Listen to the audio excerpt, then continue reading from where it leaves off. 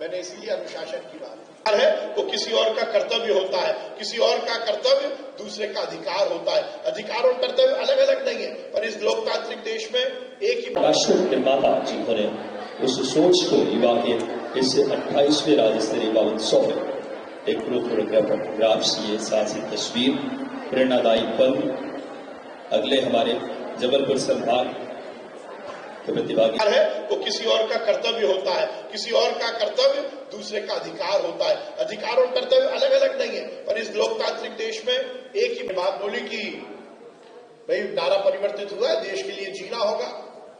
ऐसे युवाओं की महफिल थी, उसमें से एक युवा खड़ा हुआ कि हम चाहते हैं देश के लिए जीना है, पर बताइए जिए कैसे।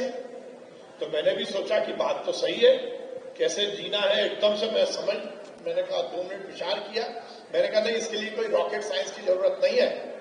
ये आज सदन लगा है, ऑडिटोरियम में युवा बैठे हुए हैं, मंच लगा है, मेरा भाषण समाप्त होगा, उसके बाद आभार प्रदर्शन होगा। आभार प्रदर्शन के बाद हम सब जाएंगे।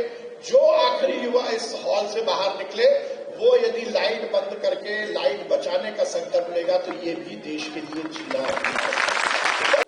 हमारे देश के यशस्वी प्रधानमंत्री नरेंद्र मोदी जी का युवाओं के उन्नयन और इस देश के नवनिर्माण में युवाओं की सहभागिता पर बहुत जोर है, और इसीलिए उन्होंने युवा उत्सव के माध्यम से युवाओं से संवाद और देश भर के विभिन्न विधाओं में चुने हुए युवाओं को राजधानी दिल्ली में बुलाकर उनकी प्रतिस्पर्धा करके 2047 में हिंदुस्तान कैसा होगा, इसको लेकर एक नया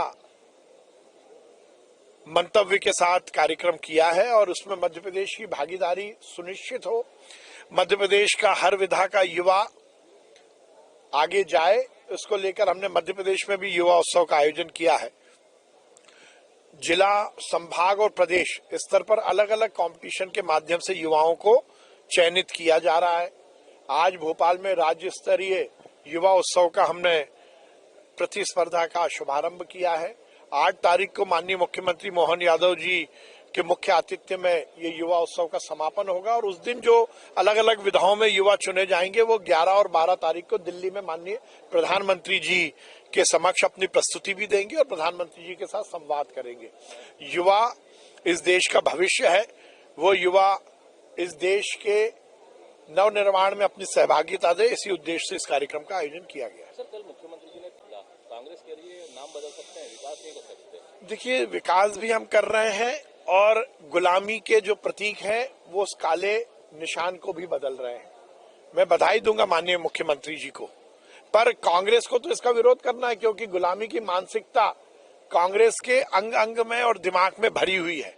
उन्हें इस देश की संस्कृति से जुड़े हुए किसी भी विषय में टंगड़ी अड़ाने की आदत हो गई है।